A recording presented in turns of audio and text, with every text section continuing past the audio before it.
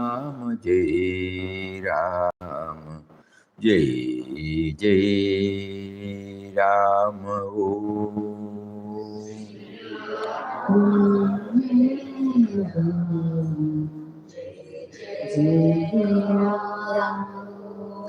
Shri Ram, Jai Ram, Jai Jai Ram.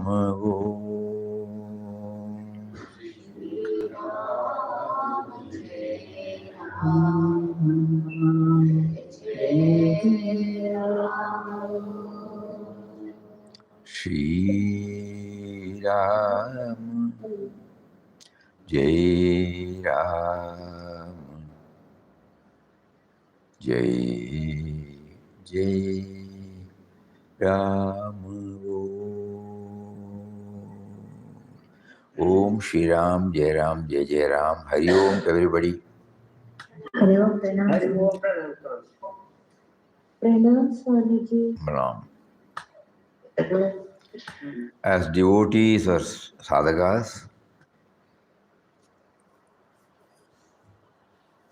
one thing that is inevitable, there is one that cannot be lost sight of, is the inward journey. Whatever may be our outward activities, under the banner of sadhana we may be doing, it has some purpose, no doubt.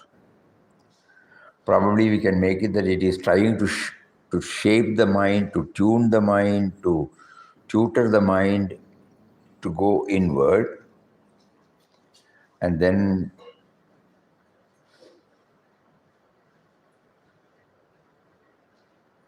arrive, that is not the word, and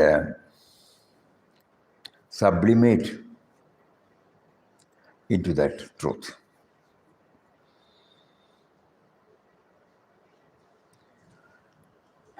This should be very, very clear to all of us.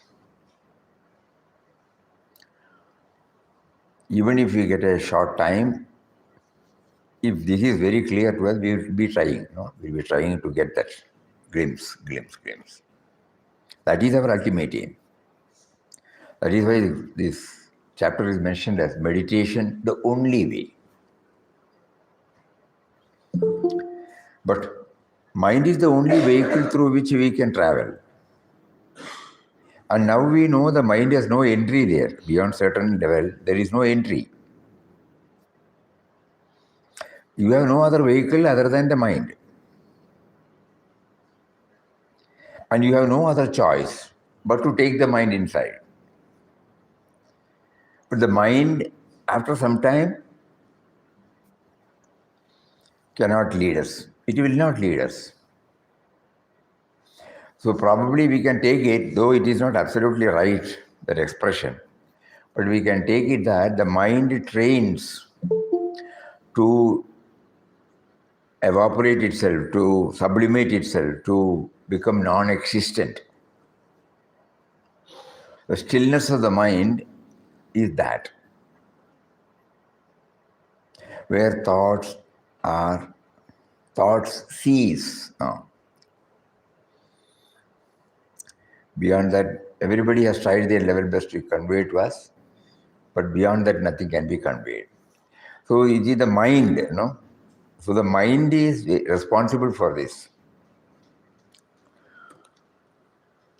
Swami Chidanji Maharaj, in a beautiful article,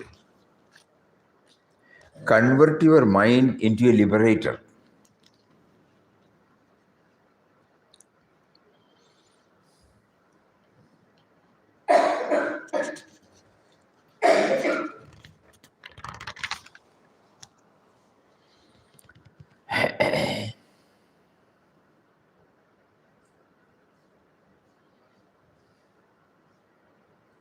Sorrow is caused by relationship with temporary things, and it is mind that creates relationship by its thought moving towards relative things. Through thought alone, is brought about all human bondage, all human sorrows. And strange is the paradox. It is through thought alone that one can liberate oneself from the bondage created by thought.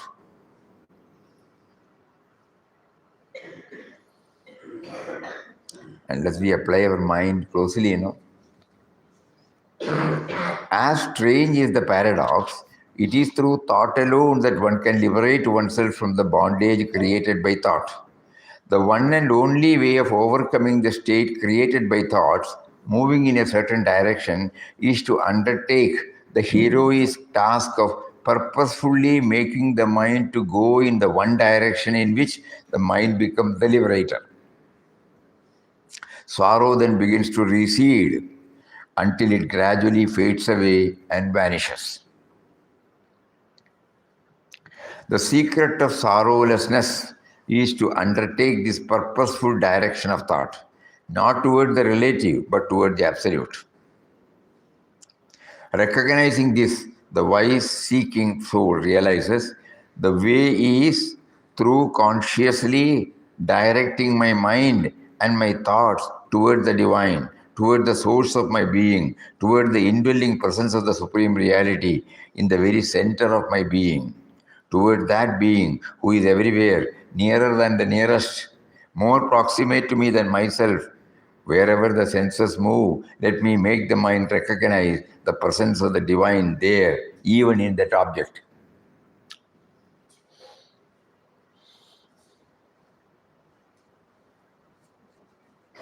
Wherever the senses move, the eyes, the ears, the tongue, the smell, the nose, the skin, wherever it moves,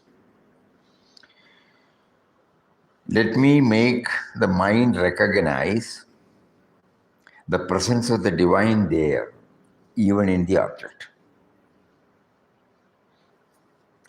By thus transforming your interior, making the mind take up a new vision, not beholding the name and form, and forgetting the indwelling presence of God, but on the contrary, rejecting the name and form and directing your attention toward the indwelling reality. By launching upon this purposeful new method of seeing, new method of the awareness of God here and now.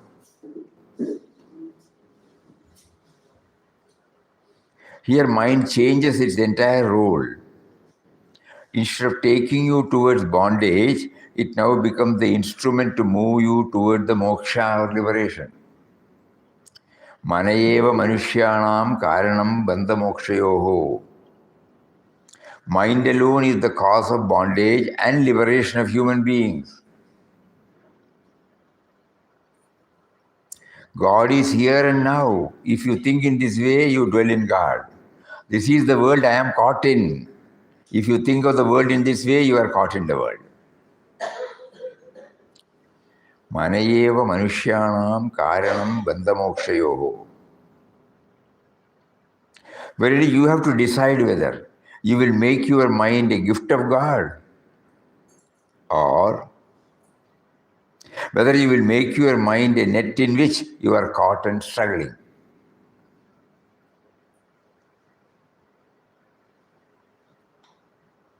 The wise decide to make use of the mind and liberate themselves from bondage, darkness, and sorrow.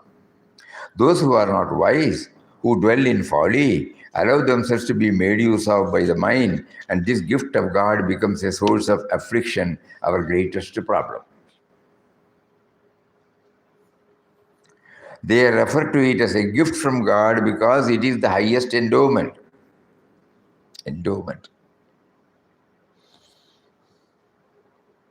The ability to think and feel and reason through the mind is what makes us what we are. No other segment has got this, species have got this. The ability to think and feel and reason through the mind is what makes us what we are. Without it, we would no longer be upon a human level. animal level. We would sink to the animal level of the species. But even a gift from God can become a burden if we allow it to possess and control us. It becomes truly a gift of God if we control it and make it take us along with it to the great liberation. This is where we stand in relation to our minds and where our minds stand in relation to us. For it is through the mind and its thought that we create all relationship. Will we allow the mind to create relationship for us willy-nilly? Or will we make use of the mind to purposefully create the one great supreme relationship by which the mortal becomes immortal, by which man becomes liberated here and now, even while in the body? This is the decision we have to take. And blessed is the one who takes the right decision. God blesses all to take the right decision. For we are most blessed and fortunate that He has brought us into relationship with an enlightened, holy spiritual master who has thrown such light upon what relationship to take, how to create this relationship. We are blessed. May we recognize these blessings, make use of it, go beyond sorrow, become established in bliss, peace, fullness, and freedom. Very, very, very inspiring, very inspiring, very inspiring. We need not blame our mind, that we need not blame our mind. Mind is a gift. It is an asset. Elsewhere he used to say, it's not a liability.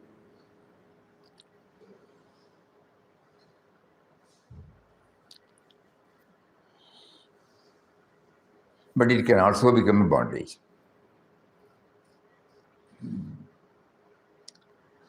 We feel blessed because we have been in touch with a spiritual master who has exposed everything to us. Previously, no, we were not aware. So having come under the umbrella of our spiritual master,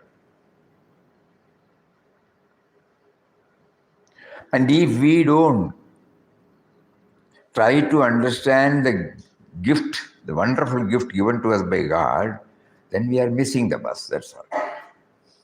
The whole life we are missing. We are not blaming, we are not extending this to people who are outside, who have not been prompted or made to get in touch with the spiritual preceptor. They have their own priorities. God will make them to do that.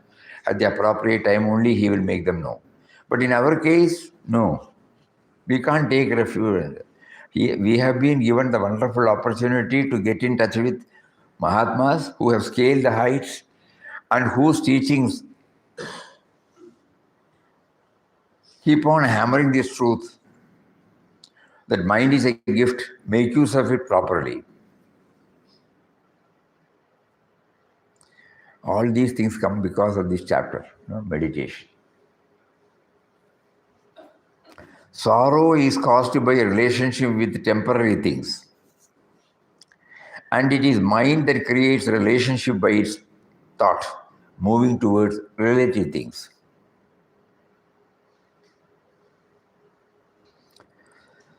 Through thought alone is brought out all human bondage, all human sorrow. And strange is the paradox. It is through thought alone that one can liberate oneself from the bondage created by thought.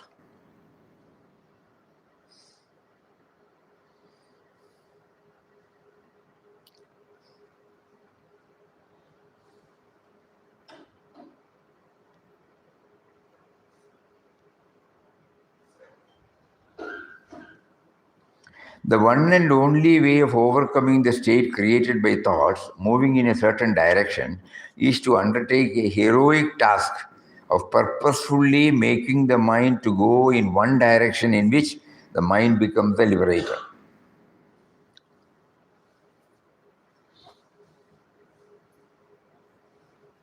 Sorrow then begins to recede until it gradually fades away and vanishes, giving place to peace and to ultimate liberation.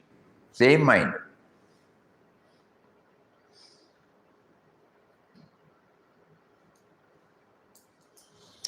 In the case of a Mahatma's life, so up to 38th year, Vittal Rao's mind was preoccupied with so many things outside.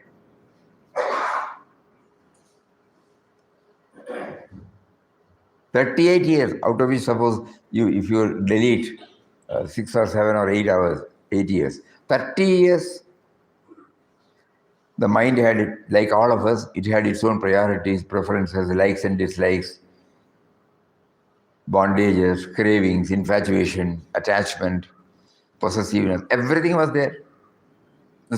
And the person did not take.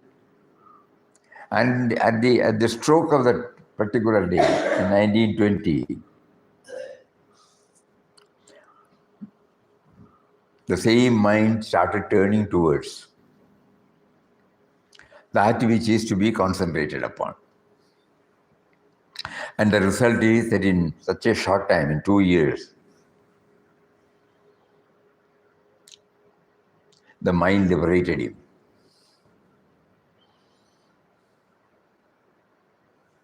"38 years of its dominance, or its prioritization was undone in 2 years,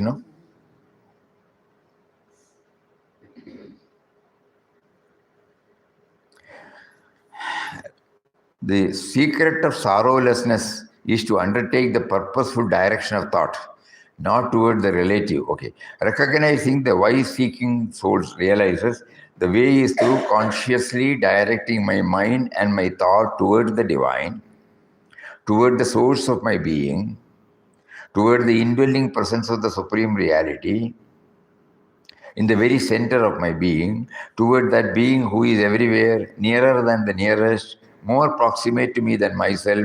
Wherever the senses move, let me make the mind recognize the presence of the divine there, even in that object."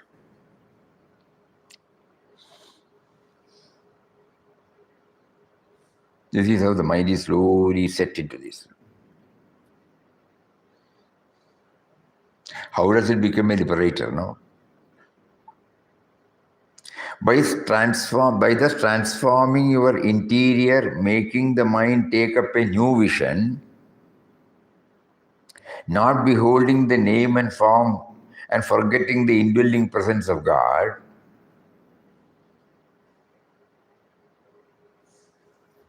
on the contrary, rejecting the name and form and directing your attention toward the indwelling reality by launching upon this purposeful new method of seeing, new method of the awareness of God here and now, as the one and only reality. Here mind changes its entire role. Instead of taking you towards bondage, it now becomes the instrument to move you towards moksha or liberation. We don't know whether everybody is clear about it now. By thus transforming the name and form, that was the label the mind gives, the name and form, that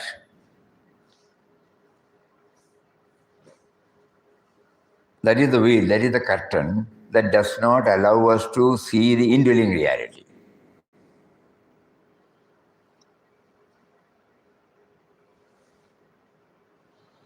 An object, a person, a situation.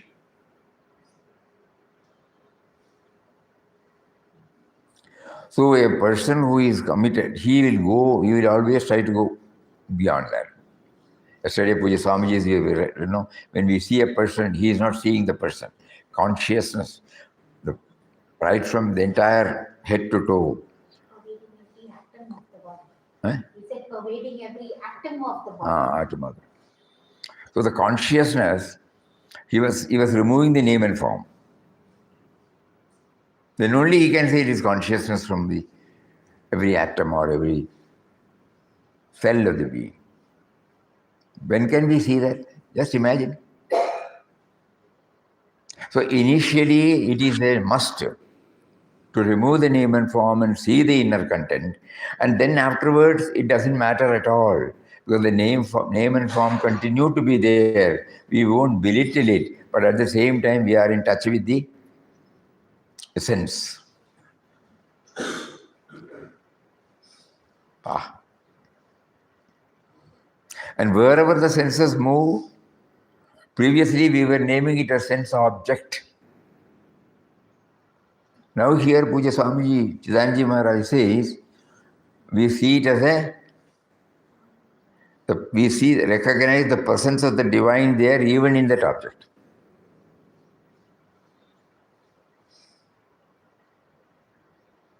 Mayavudam Charadaram.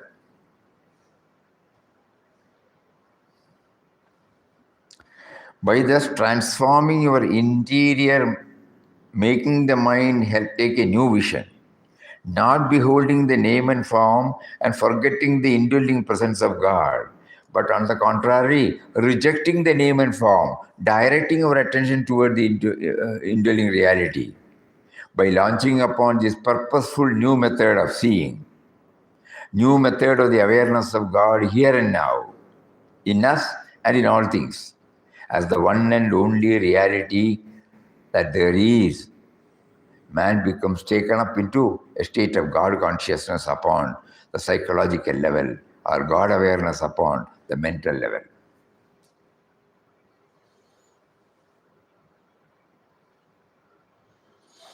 I think this gives some clarity to oft-quoted word of Papa that remembrance,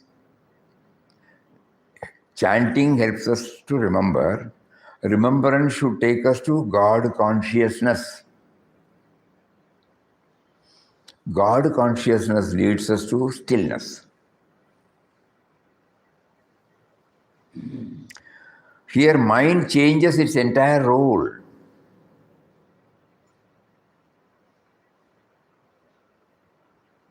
Instead of taking you towards bondage, it now becomes the instrument to move you towards moksha or liberation. And Chidanji Maharaj quotes a beautiful quote. Manayeva manushyanam karanam bandhamokshayoho. Mind alone is the cause of bondage and liberation of human being. Bondage and liberation. The cause of bondage and liberation of human beings. God is here and now. If you think in this way, you dwell in God. This is the world I am caught in. If you think of this world in this way, you are caught in the world.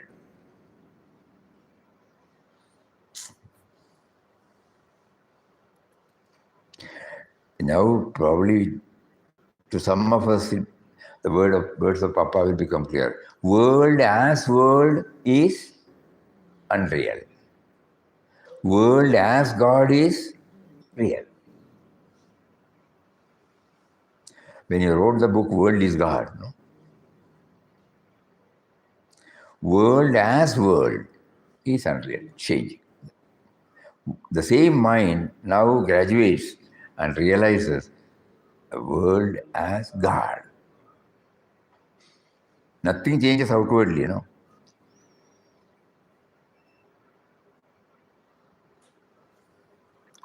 Verily, you have to decide whether you will make your mind a gift of God or whether you will make your mind a net in which you are caught and struggling. We have ourselves, you know. Verily, you have to decide whether you will make your mind a gift of God or whether you will make your mind a net in which you are caught and struggling. The wise decide to make use of the mind and liberate themselves from bondage, darkness, and sorrow. Those who are not wise, who dwell in folly, allow themselves to be made use of by the mind, and this gift of God becomes a source of affliction, our greatest problem. They refer to it as a gift of God because it is the highest endowment. It's a beautiful word, endowment.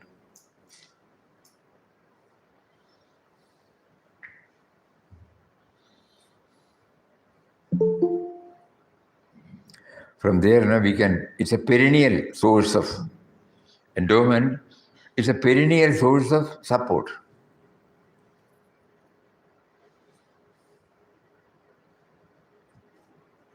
What a word. Because it is the highest endowment. The ability to think and feel and reason through the mind is what makes us what we are. Without it, we would no longer be upon the human level. Ability to think, feel, and reason out. Not impulsively reacting.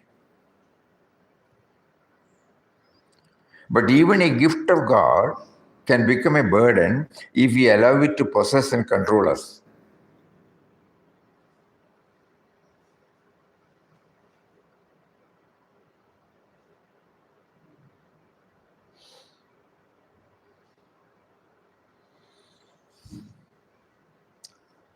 When we read this, what comes to our mind is, normally we don't consider mind as separate. No? Mind takes complete charge of us. My mind, my thought, I cannot be the thought. That it does not come to me. I totally identify with my mind and they take it for a ride.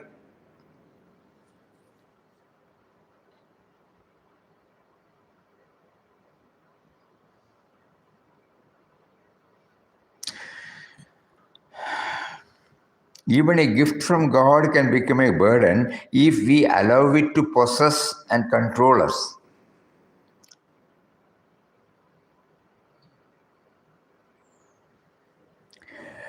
That means we are not aware of our original being. So the stillness alone can give us a glimpse of our original being. That is why while chanting, Papa used to say we should know that we are chanting the name of one who is our true being. No? So to direct the mind to go towards that, chanting is recommended here.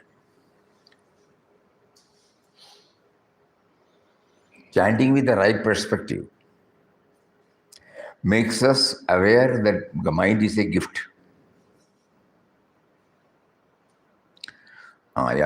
Chanting with the right perspective, with the right concept,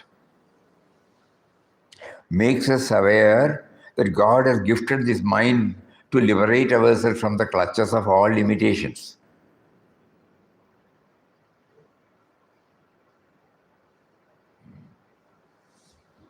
So this year, year-end program, he prompted us not to have the usual programs.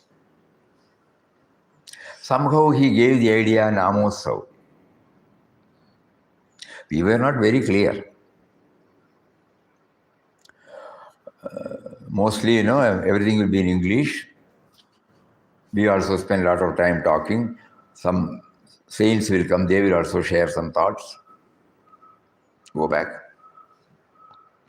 Many may understand, many may not understand. So this year, somehow, the prompting came. No such thing, only Nama.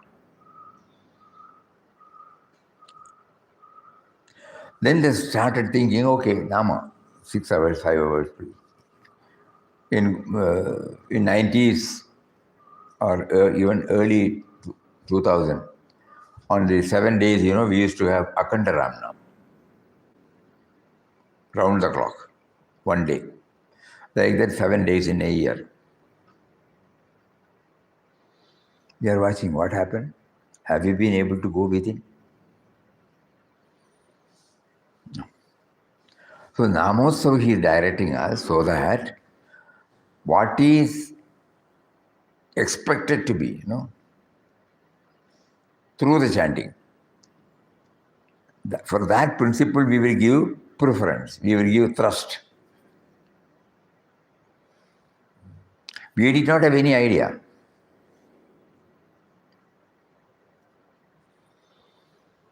But as we go nearer to the date, next week we are, He is now slowly unfolding the plan. Every half an hour we will have the chanting, and after the chanting is over, 5 minutes before the closing, we will try to dwell upon through one sentence or two sentences, one sentence only, yeah. Something about the purpose for which we are chanting. And then we will be given 2 or 3 minutes so that the idea will sink into our mind. Let me now understand why he asked us to take up this. Now he is becoming clear. It's a converting, by just transforming your interior, making the mind take up a new vision. Otherwise, chanting gives us a joy. It is limited to the chanting time. So here, every half an hour, we get at least one point to dwell upon. We are not crowding the mind with so many thoughts. Not like the one now. Yes, so many thoughts are coming. No, one single thought. And then, not straight away, 2 or 3 minutes, let it slowly sink. Next session starts.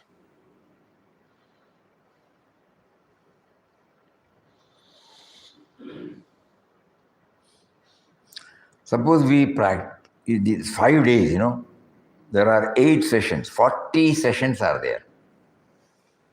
In these 40 sessions, 40 such clues, hints, points, factors that are brought out of which at least 1 or 2 will remain, no?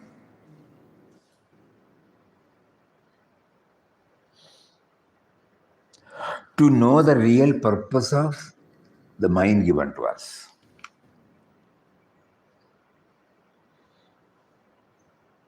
So tomorrow there will be a rehearsal. All these are working. Now he is prompting us, conduct it first before you do that. So tomorrow, normally there won't be any satsang or Google Meet. Tomorrow we will have it the same time, 3:30 to 4:30. We will not have any reading or anything. We will have Ramnam session throughout, but instead of half an hour, we will stop at every 15 minutes and try this method. So that 4 sessions, we get.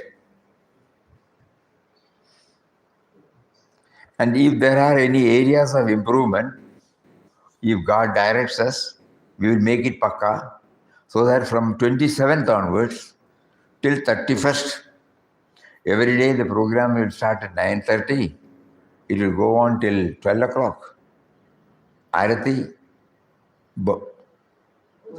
meals, little rest, 2 o'clock again back, 2 to 3:30 again, Nam chanting.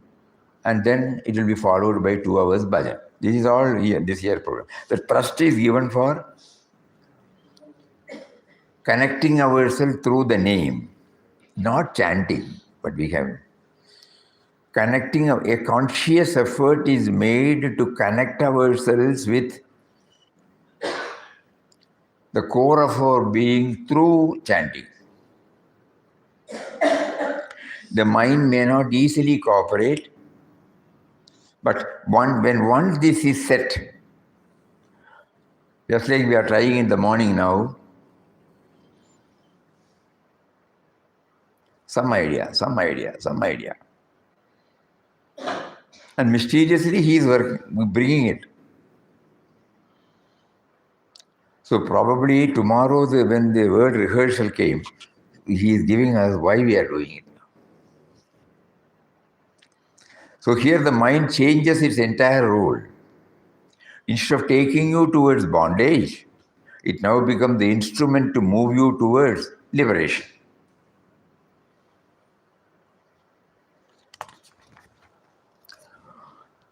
This is where we stand in relation to our minds and where our mind stands in relation to us.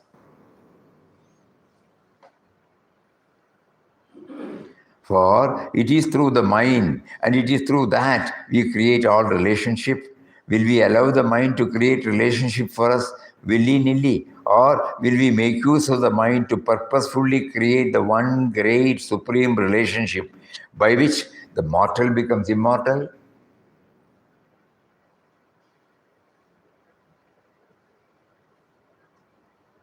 By which man becomes liberated here and now, even while in this body.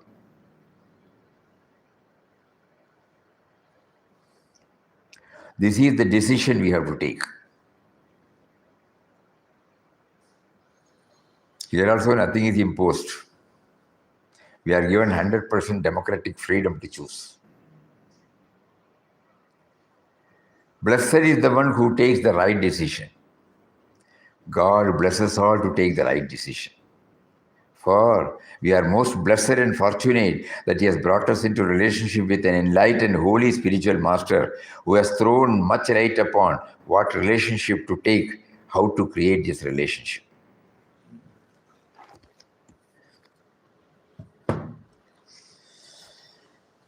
So this is something about how to, the whole purpose of changing the perspective of the mind, By just reading, hearing, we may not be able to change its course. But I think we can start changing its course.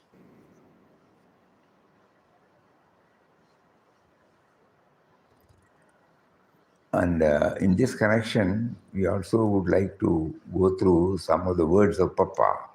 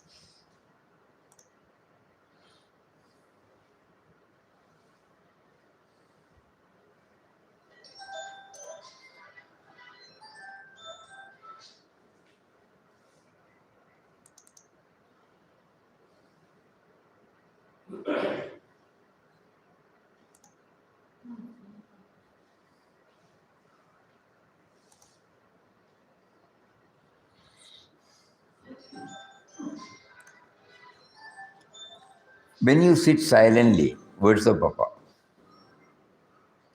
be conscious in the first place that the God you seek is in your own heart.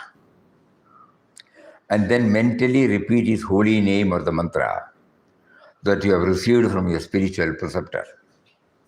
Make the mind repeat until make the mind repeat the mantra until all its waves cease and it becomes perfectly still. If it does not easily become still, continue the repetition of the name mentally. Meditation is the only way, we are getting various ideas now. Manayeva Manishyanam Karanam Bandhamokshayo. So the mind is a gift. It can also take us down, it can also take us up. Now, how to take us up? When you sit silently, be conscious in the first place that the God you seek is in your own heart. And then mentally repeat His holy name or the mantra that you have received from your spiritual preceptor. Make the mind repeat the mantra until all its waves cease and it becomes perfectly still. If it does not easily become still, continue the repetition of the name mentally. The name has the power to quell all the waves of the mind. As the mind becomes still, the repetition will cease automatically, and the mind will now experience a state of peace which is not of anything external but purely internal.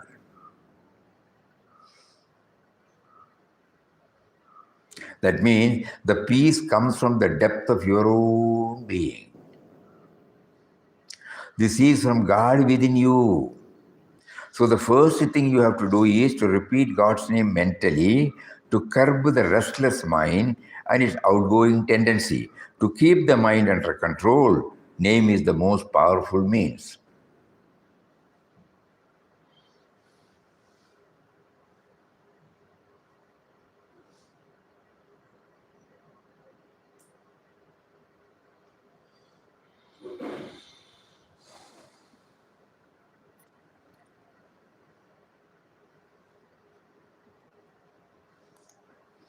Now you may go on repeating the name mentally, sitting silent until the mind becomes still.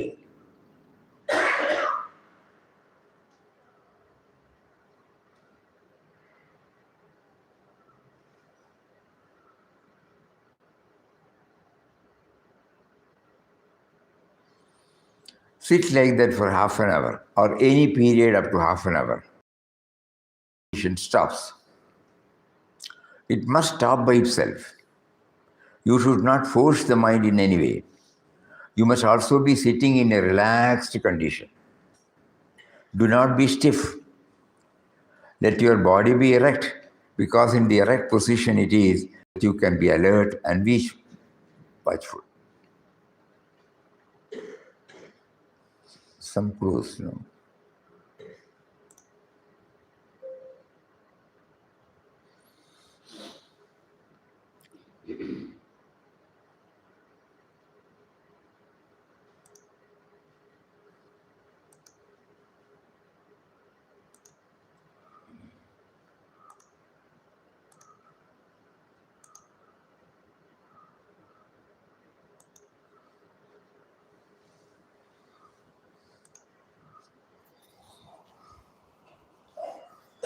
Imbibe with the teachings of Mahatmas rather than merely following them.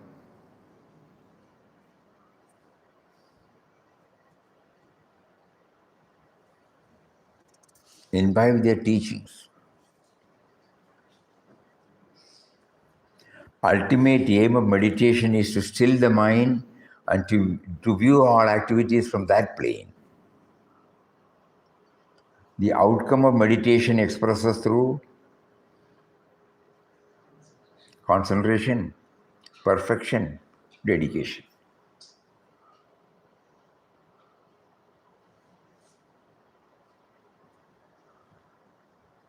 When the mind is properly tamed and turned within, it results in objectless happiness. Turned within, it's not going out, The moment it is allowed to go, it comes, objects. So when objectless happiness can happen openly when it turns inward.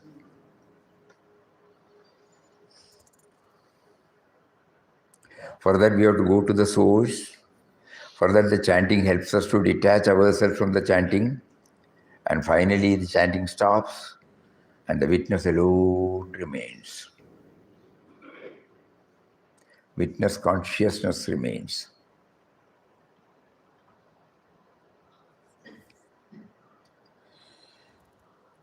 When dealing with events and individuals, try to connect them with the source. Just now, Swamiji said, no. Not the events and individuals alone. It's a tough job, but we will try. Events are caused by him, individuals are caused by him, because I am caused by him. I did not do anything for my birth. I did not do anything for my body. Oh. There is a master who has a master plan of my life. He has done it. So if everywhere he must have done like that. So you must see the signature. What is that? Signature of the master in every creation. Those are flowery words, but inspiring words. But when we put it in the practice only, then it becomes effective. For that, the person should be convinced, The person should be convinced that the person has come from him. Then only the person will be able to say everybody has come from him. That is why Papa gave that important word. Go to your origin and the origin of the world.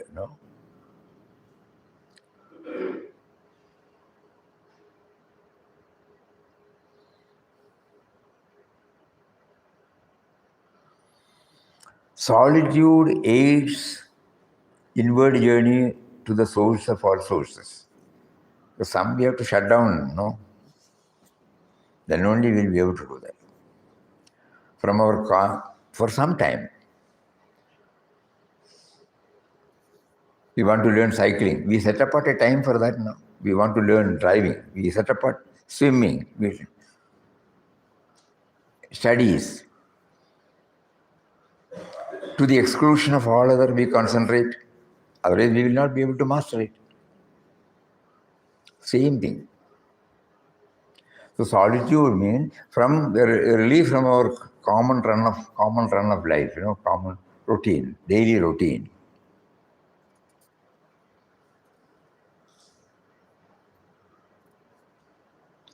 Observation and experiences offer us immense possibilities for self-improvement.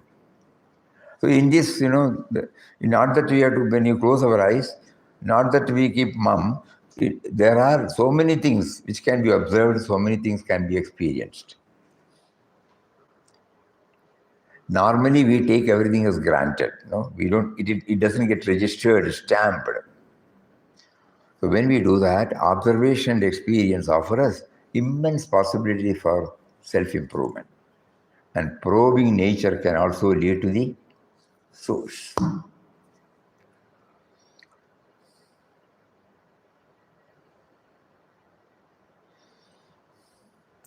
Be the light unto yourself. And in your own original way, bring out the magnificence which is lying latent in us.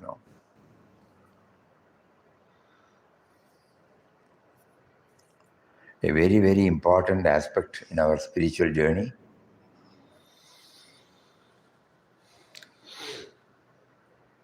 Anything else? Anybody would like to say anything?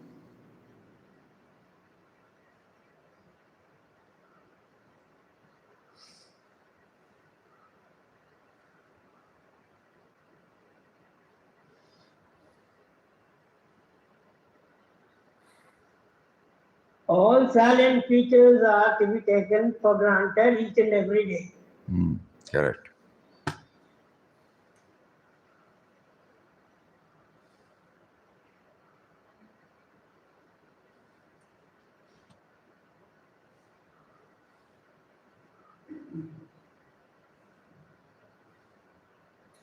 So Mataji said that she didn't meditate initially. She said Mataji said that she did not meditate initially. And then what's do you see meditation here as Papa's describing it as the final mile? It's the only way, he's saying, and Ramnam all along, and then meditation is the final mile, or to be always mixed with it? Even Papa did not. Then he later declared that by the word meditation, what do we mean by meditation? Stilling the mind. Stilling the mind in a prescribed manner, what we understand. That was not done. But her sadhana was applying herself totally in whatever she was doing. So we take it That was the preparatory method of the meditation she was referring to. But the mind has lost its interest everywhere, no? The senses do not play any havoc. When the senses are brought under control, then only the stilling of the mind is possible, which we call as meditation. So in Mataji's case, when she was involved in anything, there was a total involvement. Total. That means the me and my was stepping out.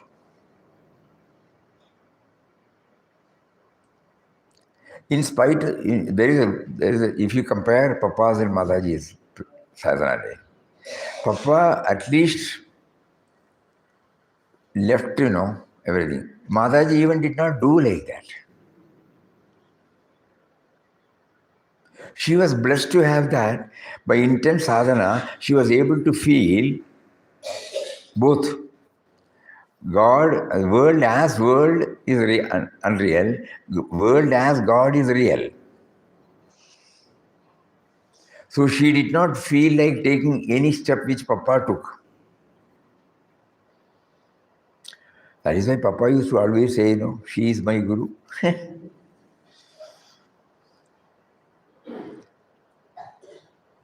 He says, even Ramdas had certain forms, disciplines. She came and threw it out.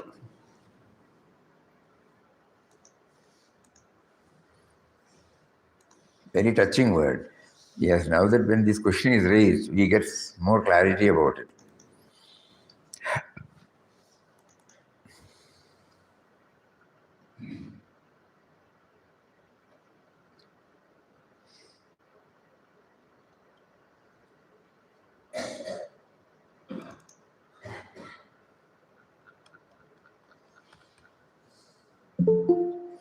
Papa says, although she called Ramdas as Guru and all that, Ramdas can say that the reverse is the truth.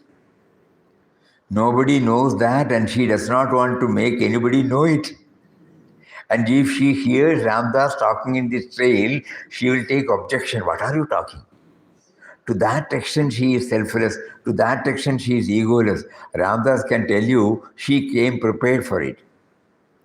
And in teaching Ramdas what true life is, she flowered, blossomed in what it is to lead a life beyond all duality.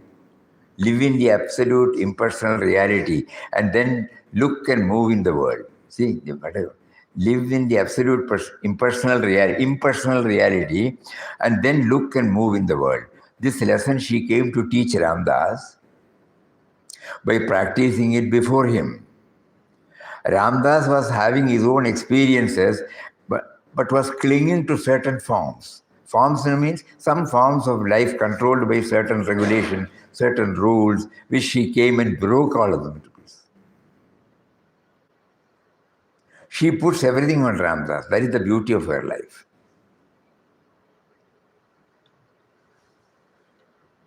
So her experiment was not, she also sat for, when Papa insisted that you should sit, withdrawal should be there. And when she sat, 5 hours or 6 hours, Papa has written 4 or 5 hours, at a stretch. Because the mind, by the time she had trained the mind not to go along with the senses at all. So when it had no interest in this, it went in then stabilized. And Papa had to bring her back.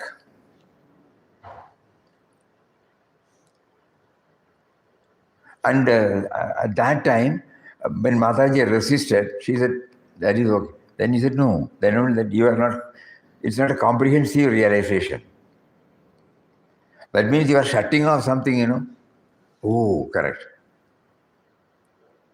So you come out of it and be one with it. Sahaja avastha. Savikalpa, Nirvikalpa, Sahaja.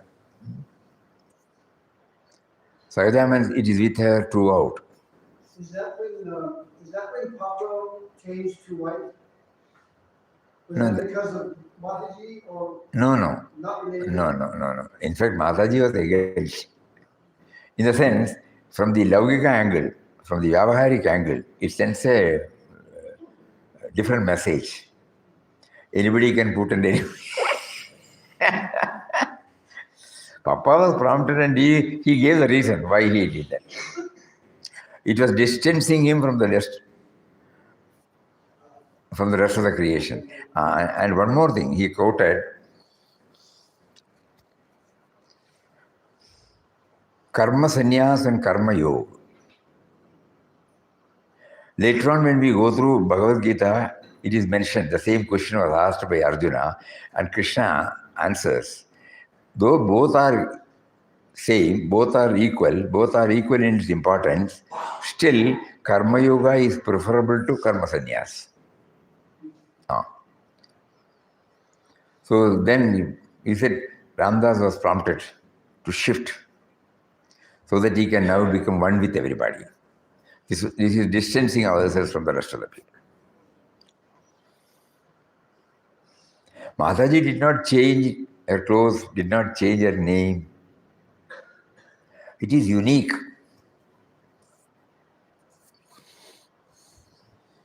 There are many saints like that. Even Sri Andamayama or Amritandamayama.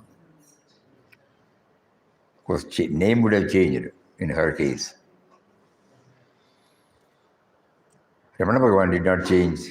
We all called Ramana Bhagavan. No, he did not announce that I am changing. He did not sign like that. He did not make any changes at all. Mahindra Devi. Huh? Mahindra Devi also did. Oh, there are many.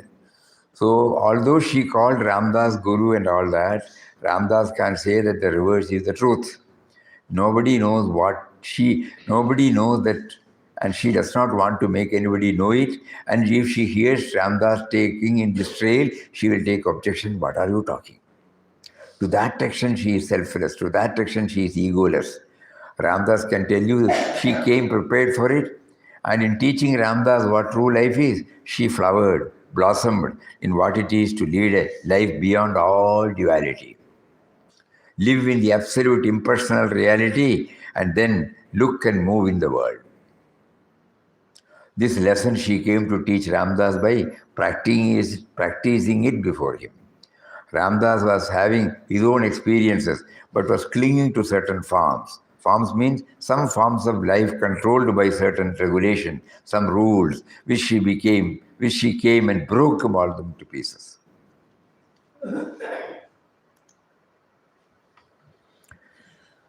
So many points this particular chapter touches and kindles. Let us all do some serious pondering over it, and then we will stand to gain. The take-home message is the mind is a gift given to us. And only through the mind we can liberate ourselves. Though the mind cannot take us to the goal, the mind will lead us to the goal. So let us be very clear about it. Let us not condemn the mind. Let us be thankful that he has given such a beautiful mind. And we are all blessed to have come under the umbrella of a great saint. And that the saint is now revealing his revelations, his experiences. And by hearing, by pondering, by doing manana, we also try to set our mission in life. And the prompting comes from within, and the direction comes from within, guidance comes from within. For all that he has given us Nama. So with the Nama in our fold, we will try to move in this direction. Whenever we are shaken, our hold on the Nama becomes tight. Hari Om. So tomorrow again we repeat 3:30 to 4:30. As usual, we will have this, and we will have this rehearsal of our Namotsav. All of you are kind of requested to come here by this time. We will also have the Google Meet also. Those of you who are prompted and who are free can join. We don't want anybody to be left out. But they can't sing, otherwise it will all go in different directions. But they can't sing. Need not, that is, they can hear, They can hear. They can hear and start pondering over it and then practice in their own way, organize in their own way. 3 or 4 people join together on any day, once in a month, twice in a month, something like that. Namotsav, Namotsav, Namotsav. Hari Om. Om Shri Ram, Jai Ram, Jai Jai Ram. Om Shri Ram, Jai Ram, Jai Jai Ram. Om.